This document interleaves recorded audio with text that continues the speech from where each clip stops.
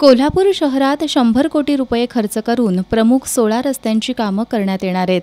कोल्हापूर महापालिकेनं 14 डिसेंबर 2023 रोजी या कामांचे कार्यादेश काढलेत। त्यानंतर लोकसभा निवडणुकीची आचारसंहिता लागण्याअगोदर पालकमंत्र्यांसह अन्य नेते मंडळींच्या उपस्थितीत घाईगडबडीत रस्त्याच्या कामांचा शुभारंभ करण्यात आला।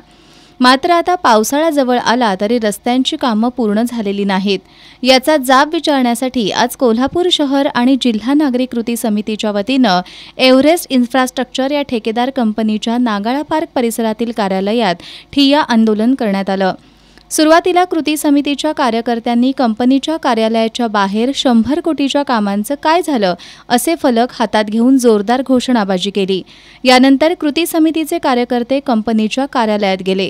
मात्र यावेळी इथं अधिकारी उपस्थित नसल्यानं कृती समितीच्या कार्यकर्त्यांनी कंपनीच्या अधिकाऱ्यांशी फोनवरून संवाद साधत त्यांना कार्यालयात येण्यास सांगितलं आणि कंपनीच्या कार्यालयातच कृती समितीच्या पदाधिकाऱ्यांनी ठिय्या मारला।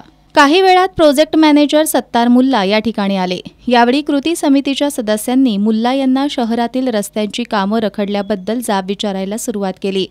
यावेळी प्रोजेक्ट मॅनेजर सत्तार मुल्ला यांनी ज्या ठिकाणी नव्यानं रस्ते करण्यात येणार आहेत त्या ठिकाणी महापालिकेकडून पाण्याच्या पाईपलाईनची खुदाई आणि इलेक्ट्रिक पोल उभारण्याची कामं सुरू असल्याचं सांगितलं।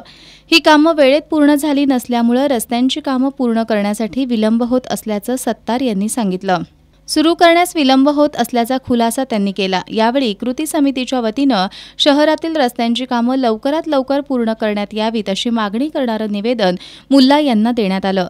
यावेळी अशोक पोवार, रमेश मोरे, वसंतराव मुळीक, प्रसाद जाधव, प्रकाश आमते, शामराव जोशी, किशोर यादव, सदानंद सुर्वे, प्रसाद बुलबुले, शंकरराव शेळके, संभाजीराव जगदाळे, सुरेश कदम, महादेव जाधव यांच्यासह कृती समितीचे कार्यकर्ते उपस्थित होते।